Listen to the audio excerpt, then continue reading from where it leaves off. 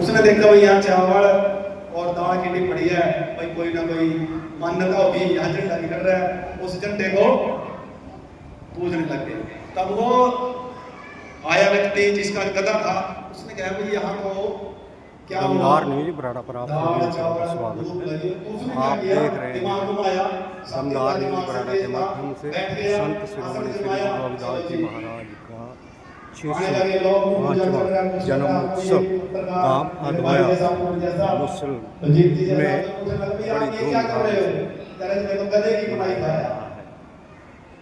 तो गधे की कमाई कह रहा है, ये तो कह रहा कैसे था, उसने ये बात बताई कि मेरा गधा था यहाँ मर गया था और मैंने इसको दबाया। तो आपने ऐसा नहीं मानना, अपनी बातों को समझे, अपने महापुरुषों के विचारों को समझे और सच के मार्ग को अपनाए।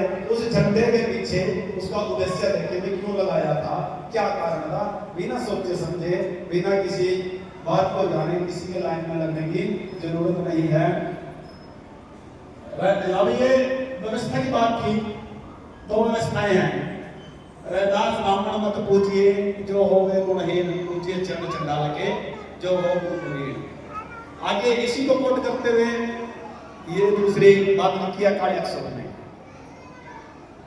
गुरु रविदास जी ने क्या कहा कि कोई व्यक्ति आप उसको इसलिए मत पूजिए कि वो किसी जाति में पैदा हुआ है, चाहे ऊंचे कुल में पैदा हुआ है, अच्छे जानने वाले का बच्चा है या पैसे वाला है, नहीं। ये साफ साफ कह रहा है, दास ब्राह्मण मत पूजे कि ब्राह्मण को इसलिए मत पूजे कि वो ऊंची जाति में पैदा हुआ, अगर उसमें गुण नहीं है उसको मत पूजे। देखिए मैं बात और क्लियर करता हूँ, ब्राह्मण और पंडित ये दो शब्द हैं, दोनों में डिफरेंस है।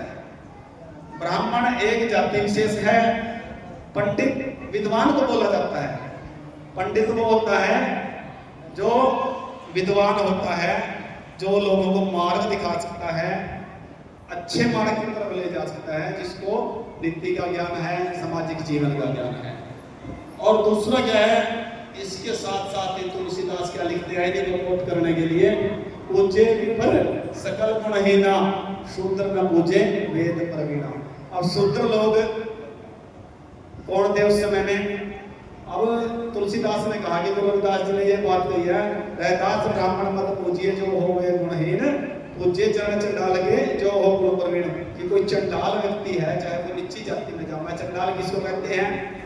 जो शमशान में रहता था, एक जाति थी चंडाल, उनको कहते थे कि आप उसके भी चरण छू सकते हैं। लेकिन यहाँ तुलसीदास ने उसको कोट करने के लिए प्रतिक्रांति कहते हैं इसको, उसके लिए कहा है कि आप पूज्य विपर सकल गुणहीना पूज्य ना शूद्र गुण प्रवीणा। कि शूद्र व्यक्ति जितना मर्जी ज्ञानवान हो, जितना मर्जी सूझवान हो, उसको नहीं पूजना, चाहे वो जितना मर्जी ज्ञान था। अभी मेरे साथी गए हैं डॉक्टर रविकांत जी, पीएचडी किए हैं, उनको बताना पड़ेगा कि मैंने पीएचडी की है, मैं डॉक्टर हूँ। और एक व्यक्ति है तथाकथित जाति का, उसको हम ऐसे बोलते थे, आओ जी पंडित जी, आए जी, बैठे जी, क्या उसको ज्ञान नहीं है? फिर भी हम बोल रहे हैं। किसकी दिक्कत है? हमारी मानसिक, ये मानसिक गुलामी है, उसको समझे। एक हमारा पढ़ा लिखा प्रोफेसर लेवल का क्लास 1 का अफसर है, हम उसको डॉक्टर कहते हुए सोचेंगे, लेकिन उसके अगर ब्राह्मण का बच्चा छोटा सा भी है, उसको भी क्या कहेंगे? पंडित जी। या कोई पुजारी का बच्चा है, उसको पुजारी कहेंगे? नहीं, ऐसा नहीं। ऐसा गुरु महाराज जी ने साफ साफ मना किया है, शूद्र न पूजो वेद प्रवीणा। ये तुलसीदास जी की लिखी हुई है रामचरितमानस में। अब समय की घंटी बज रही है, प्रधान जी कह रहे हैं समय का ध्यान रखें। गुरु महाराज जी ने क्या कहा? कर्म बंधन में बंध रही हो, फल की न बचियो आस, कर्म मानुष का धर्म है सब राखे रविदास।